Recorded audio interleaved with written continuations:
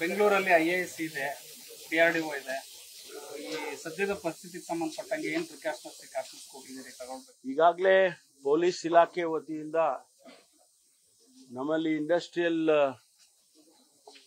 Force ಇದೆ, ಅವರನ್ನ ನಮ್ಮ ಇಂಟರ್ನಲ್ ಸೆಕ್ಯೂರಿಟಿ ಡಿವಿಷನ್ ಇಂದ ಏರ್ಪೋರ್ಟ್ ಇರ್ಬೋದು, ಮೇಜರ್ ಇನ್ಸ್ಟಾಲೇಷನ್ಸ್ ಇರ್ಬೋದು, ಅಲ್ಲಿ ಎಲ್ಲ ಡಿಪ್ಲಾಯ್ ಮಾಡಿದ್ದೇವೆ.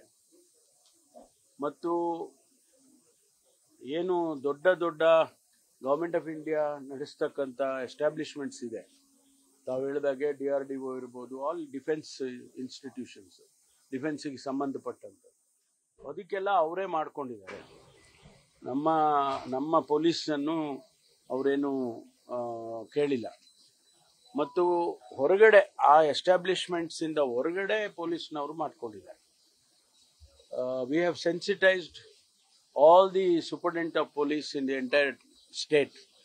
ಅವರಿಗೆ ಏನು ಕೇಂದ್ರ ಸರ್ಕಾರ ನಮಗೆ ಅಡ್ವೈಸರಿ ಕಳಿಸಿದೆ ಆ ಆಧಾರದ ಮೇಲೆ ಅವರಿಗೆಲ್ಲ ಸೆನ್ಸಿಟೈಸ್ ಮಾಡಿದ್ದೇವೆ. ಮೋರ್ ಆರ್ ಲೆಸ್ ಈಗೇನು ನಾ ಹೇಳ್ದಂಗೆ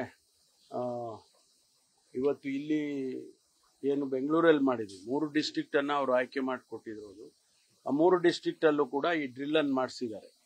ಇದು ಇಡೀ ಎಲ್ಲ ರಾಜ್ಯಕ್ಕೆ ಕೂಡ ಗೊತ್ತಾಗಬೇಕು. ಅದನ್ನು ನಮ್ಮ ಸೂಪರಿಂಟೆಂಡೆಂಟ್ ಪೊಲೀಸ್ SP ಗಳು ಅದನ್ನು ಸೆನ್ಸಿಟೈಸ್ ಮಾಡ್ತಾರೆ, ನಮ್ಮ ಫೈರ್ ಡಿಪಾರ್ಟ್ಮೆಂಟ್ ಸೆನ್ಸಿಟೈಸ್ ಮಾಡ್ತಾರೆ. ಇಷ್ಟು ಪ್ರಿಪ್ರೇಷನ್ಸ್ ಮಾಡ್ಕೊಂಡಿದ್ದೀವಿ. ಈ ಡಿಫೆನ್ಸ್ ಪ್ರಿಪರೇಷನ್ಸು ನಾವೇನು ಹೇಳೋಂಗೆ ಇಲ್ಲ. ಈಗ ಇವತ್ತಿಗೆ ಮಾತ್ರ ಮಾಡಿದ್ದಾರೆ. ಅಗತ್ಯ ಬಿದ್ದರೆ ಡಿಪೆಂಡಿಂಗ್ ಆನ್ ದಿ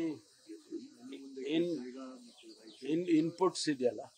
ಈಗ ರಾಯಚೂರಿನಲ್ಲಿ ನಮ್ಮಲ್ಲಿ ಪವರ್ ಸ್ಟೇಷನ್ಸ್ ಇದೆ, ಕಾರವಾರದಲ್ಲಿ ಉತ್ತರ ಕನ್ನಡದಲ್ಲಿ ಕೈಗಾ ಇದೆ, ಮತ್ತು ಅಲ್ಲಿ ನೇವಲ್ ಬೇಸ್ ಇದೆ.